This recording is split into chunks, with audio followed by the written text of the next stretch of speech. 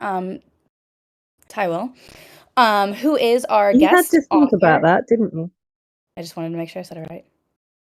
So, who is our guest author for the Patreon and Inkit for tier 2 and 3, and the author of Northern Lights and previously released Lost Treasure, which is out on Amazon. Little hint, hint. I got the honor to be one of the beta readers for that before it came out, so can confirm. Fantastic book. So, in your own words, tell us a bit about yourself. I overshare online. I feel like a lot of people already kind of know a lot about me. And do you know what? We'll go back to the start of writing the book. Do you know that's going to have been a year since I started writing Lost Treasure on the 23rd of March. That's incredible. Wow. That's so soon. I know, it's mad. I started it on the 23rd of March in M. Goshold's Facebook group that somebody put up a picture and it was like, write a prompt for this image or like write an intro for this image. And what is now the prologue of Lost Treasure was the thing I came up with, and it had like a really good reaction from everybody in the group. And I was like, oh, okay, maybe I can write the words. And then that first, I sent it to my best friend, and she was like, yeah, you need to write this book. And I was like, maybe. And then that day I sat down and wrote like the first 8 chapters. I just went on like this massive hyperfixation. And that wore off, funnily enough. It wasn't new and shiny anymore. And then, yeah, I think I reached out to you, Aurora, on. I actually know when it was. It was my husband's birthday. Because apparently I had Nothing else nothing to be better to do. doing. You were like, I literally, I think, what did I say? I was like, hey, I know you're probably super busy, so feel free to tell me to fuck off. Oh, language warning. Oh, Language warning. all right. Potential spoiler alert and language warning to listeners. Yeah, good point. Also, hi, I'm Aurora. I forgot to introduce myself, so we'll circle back I to mean, this later. I Go on. feel like being on your Discord, they should hopefully know that. 'Cause people don't like I don't really talk to at people. Well, I do, No, but like not like with my voice. So um, Aurora what is was it? American.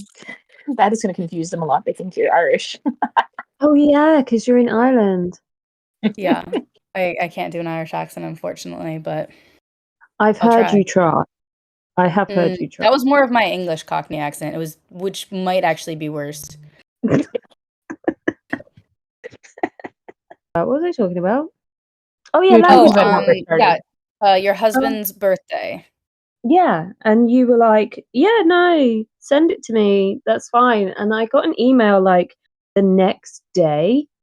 Literally, all it was capitals that said, I need more, and like 20 exclamation marks. I was like, oh, okay. Um, and yeah, it just became its own thing, really. It kind of snowballed from there, I guess. Snowballed is strong. Yeah, It, because I remember like I sent you some voice notes because I was like pacing around a coffee shop in between the bathroom and like the hallway, and then I just never stopped sending you voice notes. So, I think I've spent more time on the phone with you, Aurora, in the last year than I've spoken to my husband in the last year. but he just likes to sit and look at you, just follow you around. So he doesn't need to say things. Yeah, it's Strong Thailand type.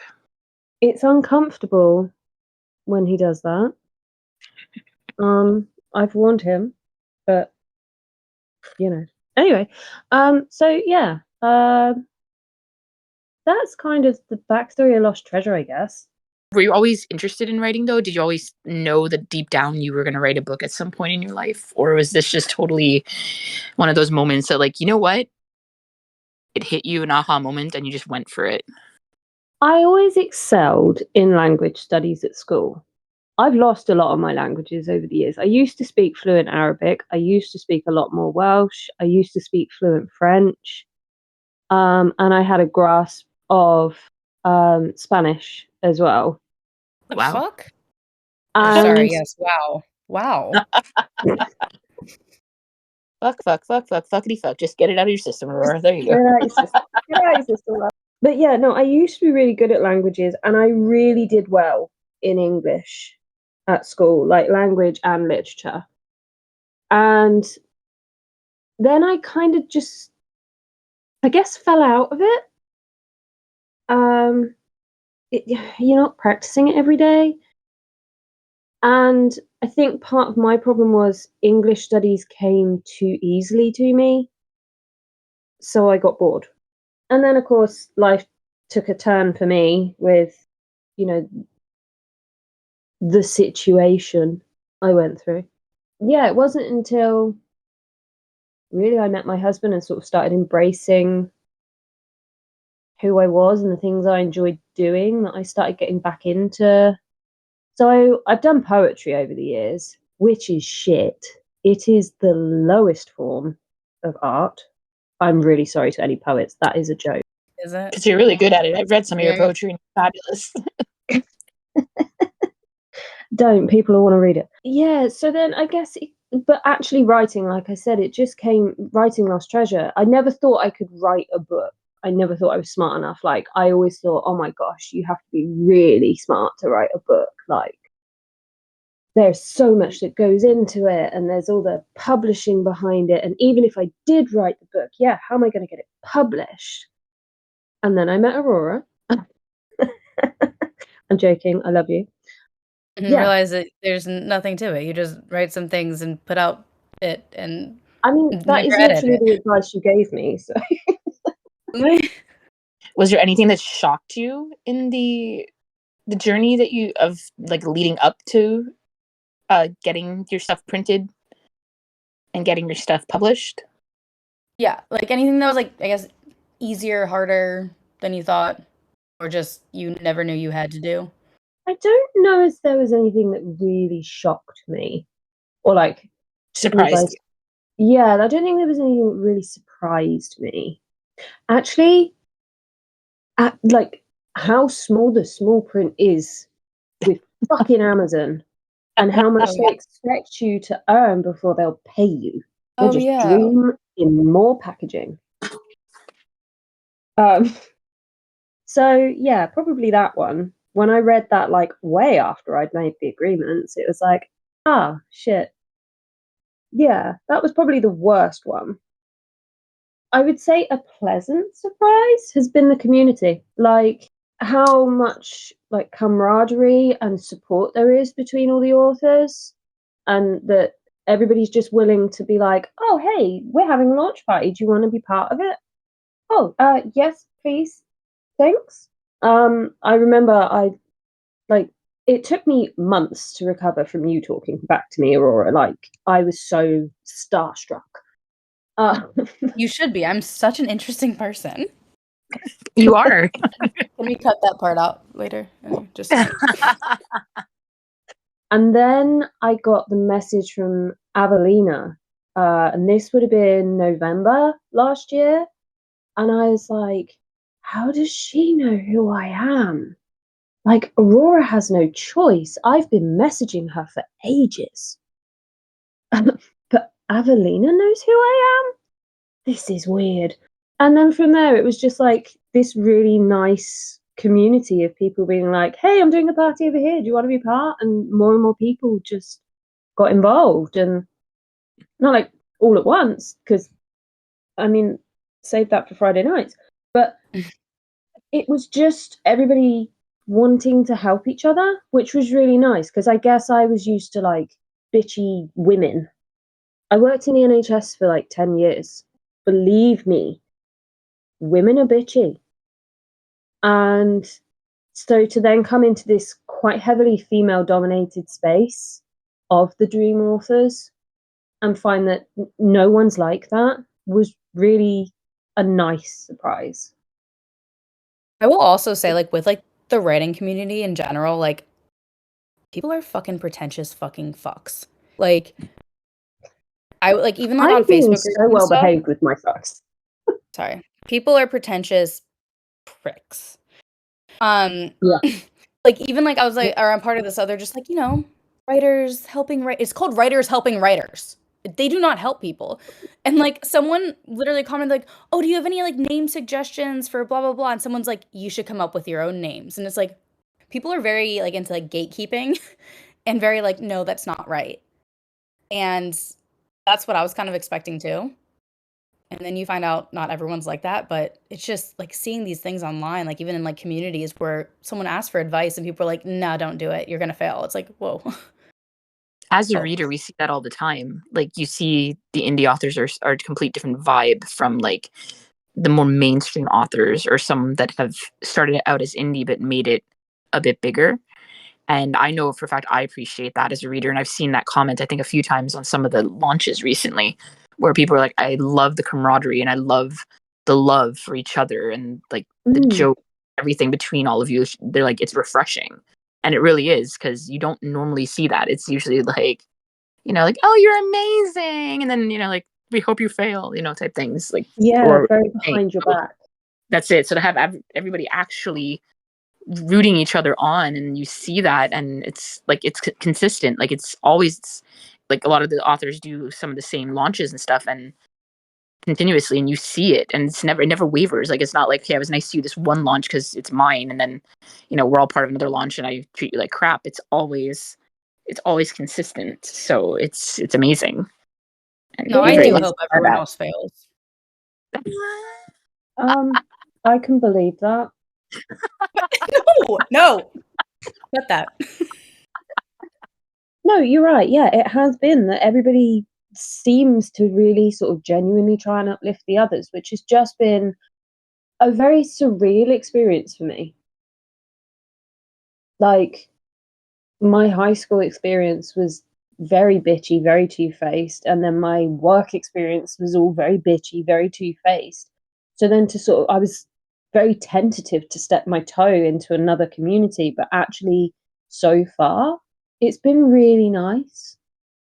That being said, I guess we can kind of wrap that into, who would be your favorite author then, or your favorite read, or a group of favorite authors or reads out of all the ones you've come across? Well, that's a broad answer. A gaggle of authors. What's your favorite? Who's your favorite? No pressure to say Aurora.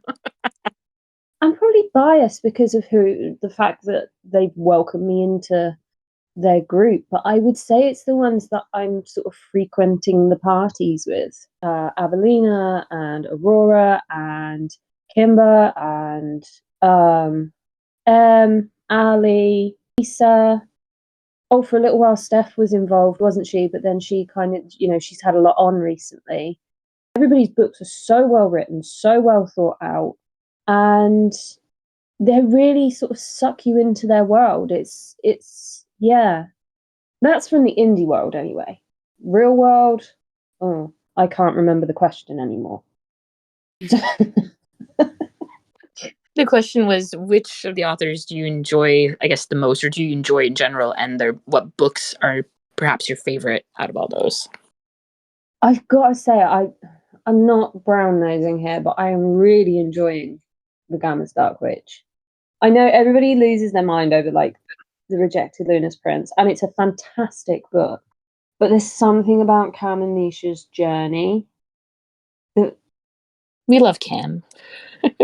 I do love Cam. I do not love Cam. I was waiting for that. I know. I know. You've now triggered her. I was waiting for it.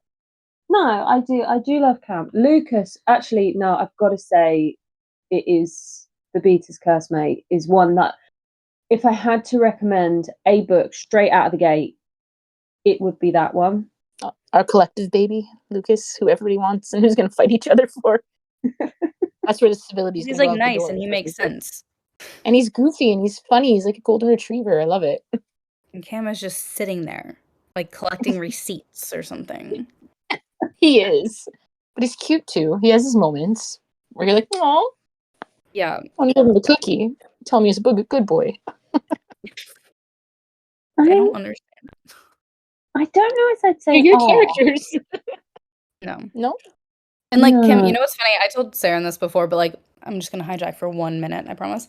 So I was hanging out with like my best friend and like his fiance, and she's read the books because I let her because she loves like whatever like. And we're talking about it, and I'm like, yeah, I like really don't like I cannot get into Cam. I don't understand it. And she's like, are you serious? She's like, that's literally your best friend. Siri turned on and cut me off. Oh my god! And I looked at him, and he's like buff, tattoos, ex-military, ex bouncer, and he sat across from me on my couch last week for 20 minutes telling me about different kinds of ways to insulate my house. And then I was like, "Oh my god, I get it." But I didn't until then, until like his fiance that read the books was like, "That's literally your best friend." I was like, "Oh shit." I was like, "I just didn't think he was that." But he is. You He's had to put him in there somehow. blonde too. Oh, you get him. You had to get him from somewhere, right? You just didn't pop in your mind randomly. I don't know. I thought he did, but I'm looking. I was like, every time like I reread something with Cam, I was like, oh my god, that's him. Follow-up question there. Are you going to let him read how you've written him as a werewolf? Or is this something No, you've never but looked at? I will say, like the image that I used on a lot of the marketing for the Rejected Luna's Prince, where it's a guy and like some girl like his legs wrapped around his back. That's them. What? Yeah, but I So, don't think he would. I don't think he'd appreciate them. The last book I bought him was about the future of. Oh, it was about fungi, and then there's another one that was a future of like maps of planets or something. He's just very. He doesn't. It is all logical now that I think about it. Every single book I've ever bought him was like, wow, this is the most boring thing I've ever read. You would like it. It's like you were grooming him to be Cam. He was already there, but you're just like adding to the layers of him. Like, I Subconsciously. don't think he's boring in person, but like, does he have like any awareness of how many women have potentially lusted over his back? I don't know. I don't know how to calculate that. I'm sure he fucking could, but I don't know how. That might give him performance anxiety after that. Be like, oh no. So I showed them it. They're like, just show me the book. I was like, no. Back to you. That was supposed to be like a 20-second just dip off, but here we are. That's okay. How about Seren? If you could Yeah. tell your Yeah, back to you. one thing, what would it be? If I could tell my readers, manage your expectations. Sorry, that was supposed to be a joke, but nobody Too laughed. hard. I don't know. I've said before about how like I hugely suffer with anxiety, and the jokes are a front hide the massive insecurity. So like manage your expectations of how good something's going to be. Like celebrate inwardly, absolutely. Fill your boots. But if you start telling me, I'll freak out and just like, no, I can't do this anymore. You should But pour out your boots or whatever that explanation metaphor was because it is good. So pour out Yeah. the boots. Hey, you're doing it. You're doing The so boots are well. overfilled. Never heard that you've before. never heard the metaphor, fill your boots?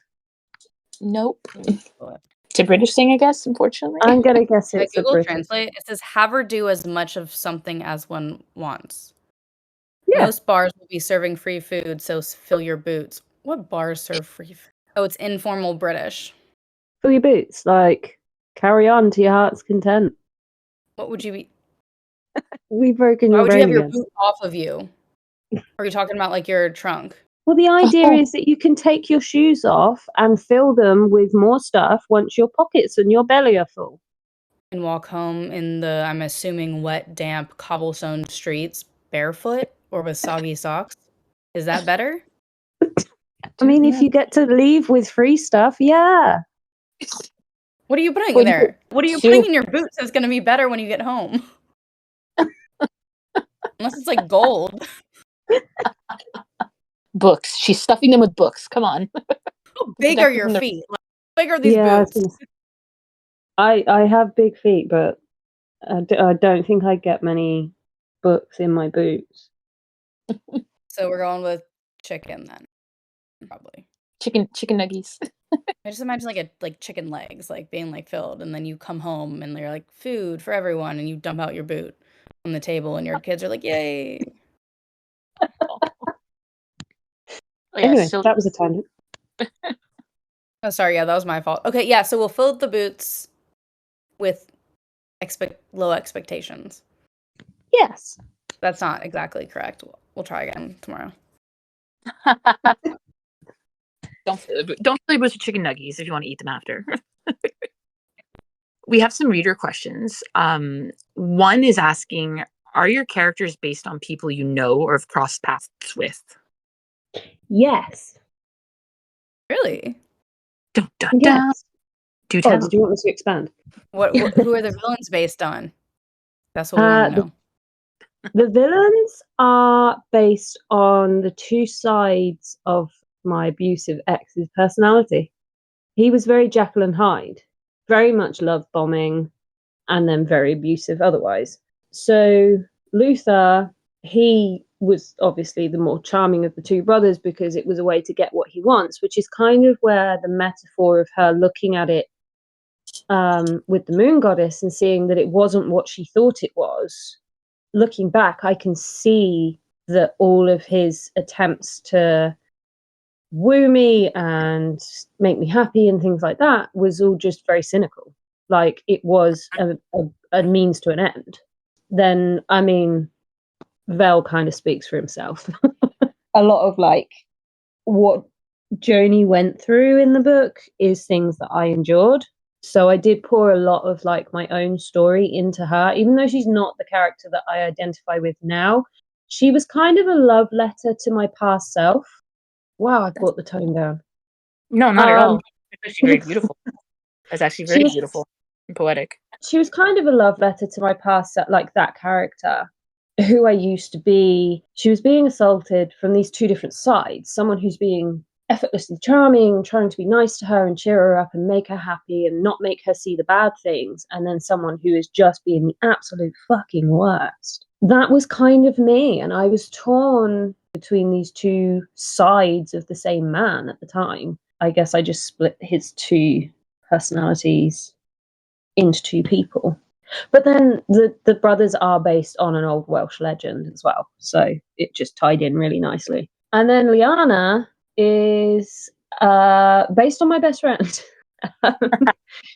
As I said, when I first saw the prompt in M. Goshold's group, I sat down and wrote alone. And she was like, I need to read more. Like, I need more of this book. She said, you better name a character after me. Jokingly. So I did. Yeah, Liana was born. And now the bitch has got me writing her own fucking book. But You yeah, didn't change no, her name with a new book just out of spite. Just like she went back to her parent given name and it's something completely different. Like Aurora, you know? Yeah. No, she's very much like they're both of a similar height. The hair color, the natural hair color, is the same. She's quite small, but she's very feisty, like fiercely loyal until you piss her off. My best friend, she's Scottish by birth, and you can always tell when she's been with her mum because she slips back into this sort of like slightly Scottish lilt. It's really nice, but she'll swear down she I did love how doesn't. you did accents though. Like you could tell without like any dialogue tags who was speaking. I thought that was brilliant. Even if I did have to sometimes read the Scottish ones, but I think that was really well done. Like you instantly knew who was talking. Yep. Thank you. The Scottish was divisive. Was it? Yeah. Yeah. So like my best friend, she could understand it because like that's that's what she's grown up with. But then there were other people who had comments that they found it difficult to read and that it drew them out of the story. A few comments like along the journey during it being posted on Dream. Yeah, it was divisive. Okay, I'm glad you said that because actually that is another question from the readers. Did you ever get a comment or a review that kind of threw you off, let's say? Threw you for a loop or kind of made you second guess yourself? Yeah, quite a few. Like somebody who had just, and this comes back to me having like cripplingly low self-esteem. People would say something and I'd be like, oh my God, they're criticizing me. That's it. I'm going to pack it all in. I never want to write again. In hindsight, I realized I was being stupid. I can't even remember what they were now. And then I posted in my Facebook group about the reviewer. I still don't understand it. Why is it multifaceted? I don't understand. I don't think anyone does. Take it with a grain of salt on that one. I think that's a good thing, because like people think they're like, oh my gosh, she like multifaceted isn't really a bad thing. This is the thing. It only really had one meaning, so I'm like, oh shit. Thanks. I feel like it had two though, because like I know that like it is technically the same, but it also isn't, because he also had, I'm assuming, like some gold hidden somewhere. Possibly. Definitely. But the people who said they didn't understand, let's say the Welsh part, was there ever a second that you said, oh shoot, maybe I should not write it? Oh like yeah. Like to sawed off in your mind and be like, fuck it, I'm writing it the way I want to write it and they can figure it out themselves. Well, it was the Scottish that people had a problem with, like the way I'd written it. But yeah, now you say about the Welsh, yeah, there were comments as well that the Welsh got annoying.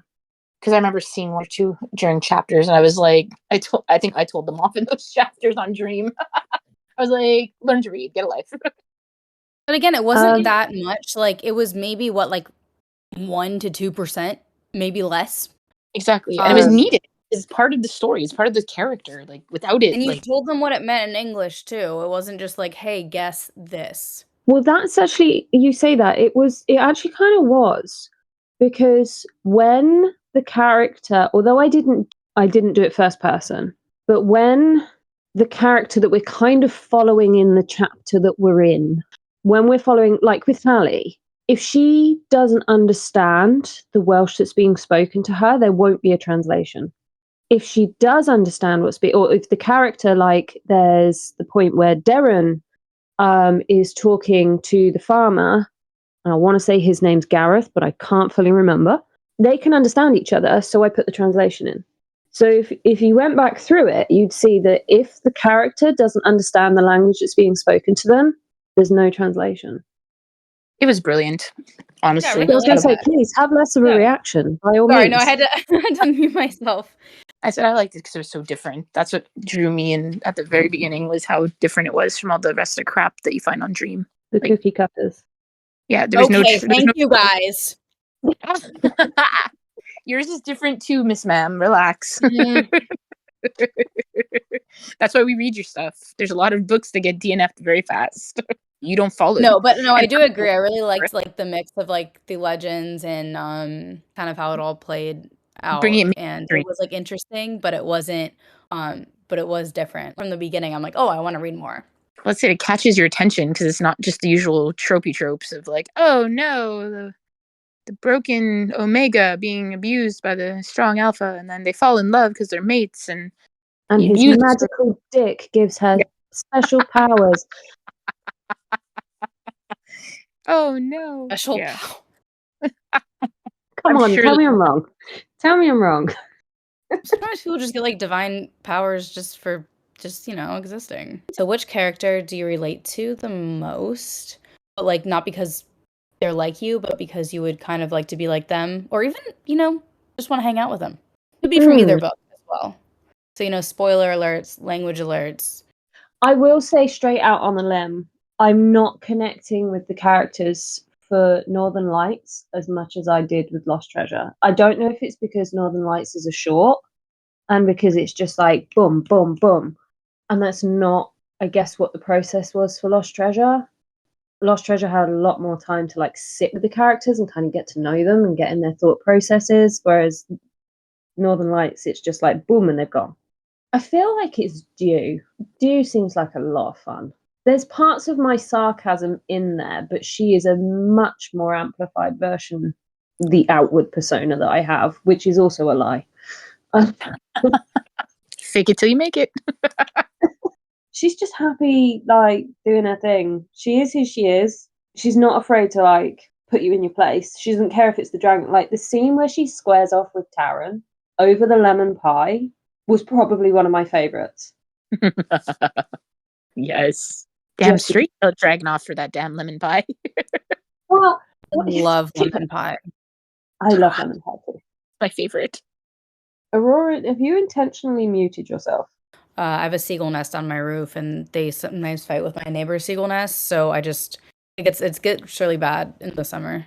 But yeah, no, the scene where Dew tells Taryn off was probably one of my favorites. Like, I have been carrying this entire operation, and you want to tell me off for putting my feet up?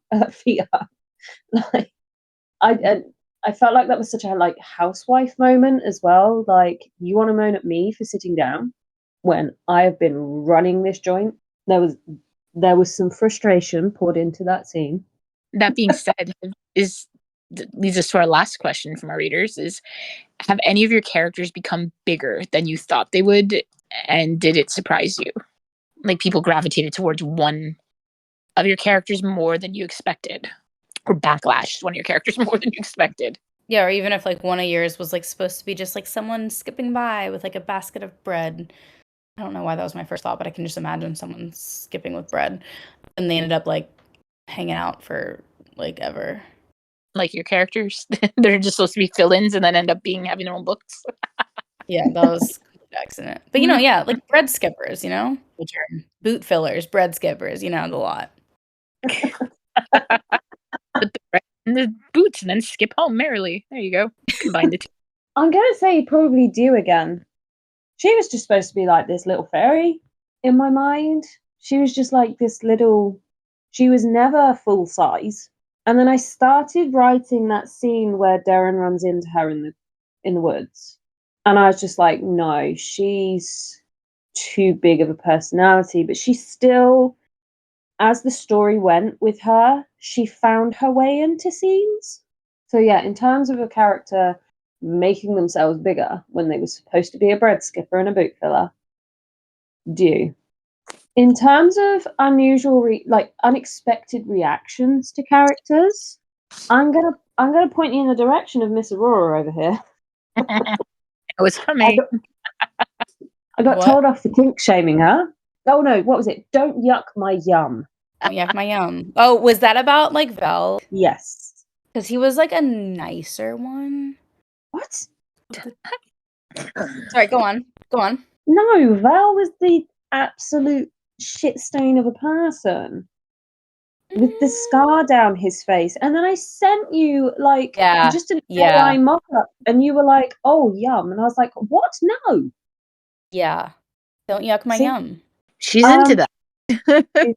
And there was three parts to that answer. Sorry, I would say the last one is probably Joni, in terms of the population at large in their reactions to Joni. Yeah, I felt bad for her. I obviously, like I say, Joni was kind of a love letter to my younger self. So I kind of I feel like you also disliked her. Why? You kept saying it was not her fault. Obviously, not her fault. The situation it was in, but like she could have chosen differently the consequences of her actions in the situation she was in. I mean, I'm going to say something that could be controversial, so cancel me if you like. But isn't that the way for abuse survivors? Like, hindsight's 2020. I look back on decisions that I made, opportunities that I had to leave that situation, and I'm like, girl, what were you doing? Why did you not take that chance? Why did you, and I can look back at my younger self and say, no, baby, sort it out. No. Yeah, but she was in it right then. She didn't have 2020. I just felt bad for her. Yeah, but that's the thing. I wanted you to. Yeah. Like, what I mean is, I'm looking back at my younger self and saying, oh, you silly girl, like, why did you not take that chance? You were given an out. Why didn't you take it? Because I was, and I didn't take it on 2 occasions. Because I was too scared. My fear held me back, or my pride held me back. Which is normal, and you can't But when blame you're living that situation, it's hard to see all the implications of the choice you make. So Joni is kind of like me trying to be tender to my younger self, but I'm also looking at it through the lens of being annoyed with her because I'm annoyed with this fictional person for not being able to see the fictional outcomes of their fictional decisions. But I mean, the readers, a lot of the readers' like reactions to Joni were visceral. Like people were mad. They didn't like her. Did you Sorry, I read didn't my really book? read the comments. I read the book. I didn't read because I was reading it like on Dream. I was reading Oh it no, on your document, so I didn't see the comments. this is true. No, there was some real like upsetting like opinions, to say the least. That's kind of why at the end of Lost Treasure there was the author's note that was like, try and remember that this is the reality for 1 in 3 women and 1 in 4 men, and the numbers are higher for the LGBTQ plus community.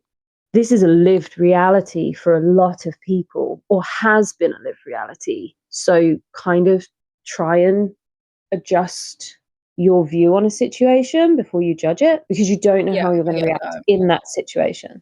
So Yeah, it's very easy to be like, this is how I would react. Like just like coming from it right now in the situation I'm in, if I was like swapped with her.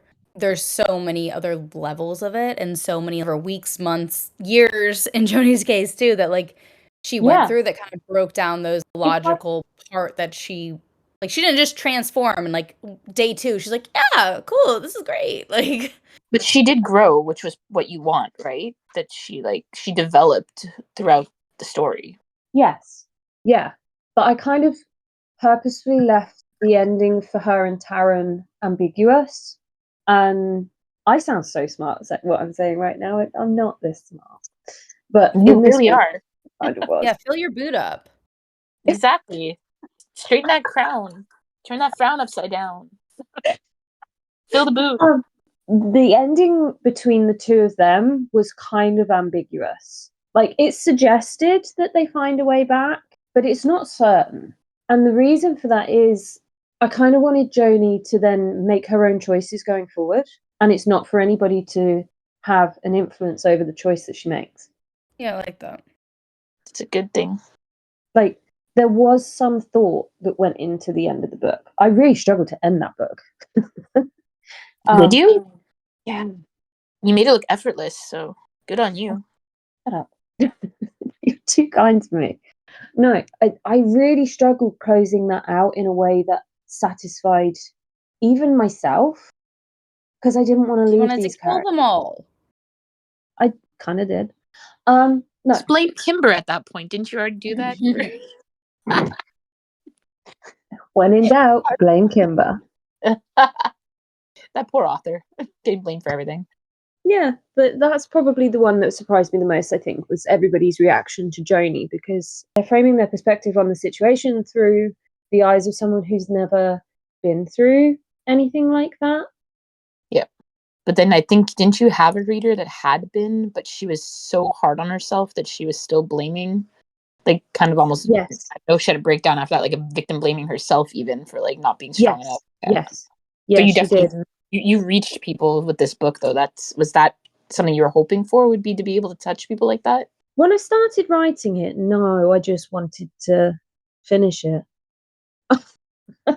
To be able to say that I saw something through, because the doom pile of abandoned hobbies in the neurodivergent world is fairly large. So, it wasn't really anything I intended to do, but then when I started to think about it, I was like, this is an opportunity for catharsis, I suppose. I've only ever sat down and told my story start to finish once. Yeah, once, and that was to the police. So being able, and I've told people snippets here and there, but it makes other people sad, so I tend not to. I'll tell people if I'm asked, but it makes them sad. So being able to, I guess, kind of pour some of that out onto paper and immortalize it in a way was kind of good. It's like the old kind of like pagan idea of like writing something down and burning it removes it. Like, Yep. you're burning it away. And although I really hope nobody sets fire to my books, that would be nice if they didn't. Yeah, I guess getting it out on paper just felt like I was really pouring a part of my soul into. Oh my god, I'm making myself feel sick with how much I'm waxing lyrical here. But yeah, it was a way of kind of getting it out, I guess. Yeah. And you chose your destiny in a sense. You came out on top, although you did in real life as well, but still, you were able to pour it out and pick. I did really debate about killing her though, and Boo. Taryn. I was gonna kill Taryn. Dun, dun, dun. I really was. I What is- came so close to killing Taryn, and then at the last minute, I couldn't do it. Thank goodness. Thank Yeah. goodness. I think people would have rioted. It's bad enough you killed off Aurora's bow. Don't go killing off nobody else. Yeah. We could have been very mildly happy for a week. How dare you take that from me? That's all I've ever wanted. Actually, coming back to like what the reader reactions were, I was also quite surprised that nobody was willing to forgive Fionn. Oof. Yeah. Yeah, a lot of people were really mad about Fionn. Big bad. I mean, Go on. okay, because you do see it from not her side. So you're like, okay, you're just like some bitch that's trying to like sleep with my man or sleep with my sister's man type thing. But from her perspective, like she just had some pretty good dick that got taken from her because like some random ginger showed up. No offense to gingers. Great, so you're gonna take my dick appointment away from me and become like lady of the castle just because what? You have some doe eyes and some nice hair? Yeah. Yeah, Like, I mean, I can. no, I get it. Also, she doesn't get the mate bond. She doesn't understand that. It's not like they're all like in a pack of werewolves. We're like, oh no, it's their mate. That's cool. She's like, who is this other maid? Like, why do you want her? I also would be like, I have done so much. Literally scrubbing on my knees, sucking dick on my knees on these cobblestone freaking stone floors. And for Flagstone what? in a castle, dear. Stones, anything. That is hard labor. And for what? So this other girl comes in, like, what does she have? Yeah. I also now understand that because I didn't really think about the fact that she did not understand the mate bond. But now, the first time really looking at it from her perspective as of 1.5 minutes ago, I get it. Yeah. But she was being a bit dramatic too, like, you know. Yeah, but she didn't really do anything other than frame it for the idea that she was a witch, and they lived in an area where I mean, but rumors. that you frame someone as a witch in an area that they might be burned for it just seems like a bit more than like, hey, We stopped burning people in the 1700s, okay? We don't. Okay, she could do have that. condemned her for some. She could have condemned her for a lot of contempt, Well, yeah. at least. I mean, if a girl came along and stole your man, and you know, you would have some less than savory things to say. Depends on the man. That's a very fair point. But I mean, even after I kind of explained Fionn's position, nobody was willing to forgive her. I am plotting to write Fionn's story after she left Basti. That'd be nice. So it's kind of going to be her learning dragon politics, I guess, and training as the sole heir to the Pendragon flight. It'll be more of a happily ever after kind of deal. That's the plan. Okay. Oh, sorry. We also have to ask you our last question, official question, of course. Okay. So give credit where credit's due, I guess. Top up boots where they're needed to be topped up. I'll give it to like my virtual fairy godmother who came up with the idea of each author asking the next author a question that they don't know about. It's like an anonymous question about literally anything.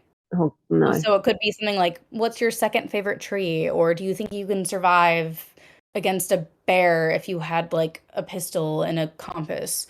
Or those are the only two questions I could think of off the top of my head. Something about books, you know? Right. I don't think you'd really need a compass against a bear, but like the next author, any question, they don't know what it is, and then they will answer it next time that they come on this, I don't want to say show, I'm not really, this channel. Wait, I've got to come up with a question now. Well, you can obviously take the bear one, but we can like delete it so no one will know that I said that brilliant piece of Only the people watching live will know. I don't know why the compass would have anything to do with that, but I was like, oh, the two things you need to fight a bear is a pistol and a compass. And the pistol, I really don't even think like Bears are bears, you know? Yep. Well, I mean, the compass can be shiny and like grab their attention with the swirling. And then like you maybe like throw it, and then you like. I just like honestly do not think a pistol could do that much against a bear. Like they're thick. Yep. Okay, so we're in consensus. We cannot kill a bear, so we scrap that question. Let's come up with another one. I don't really know. You better make it a good one. No or pressure. something like just like horrible. No, I will. I'll go nice. I will say, if you could go anywhere in the world for a month just to gain inspiration and you time, where would you go and why? It's really nice. Oh my.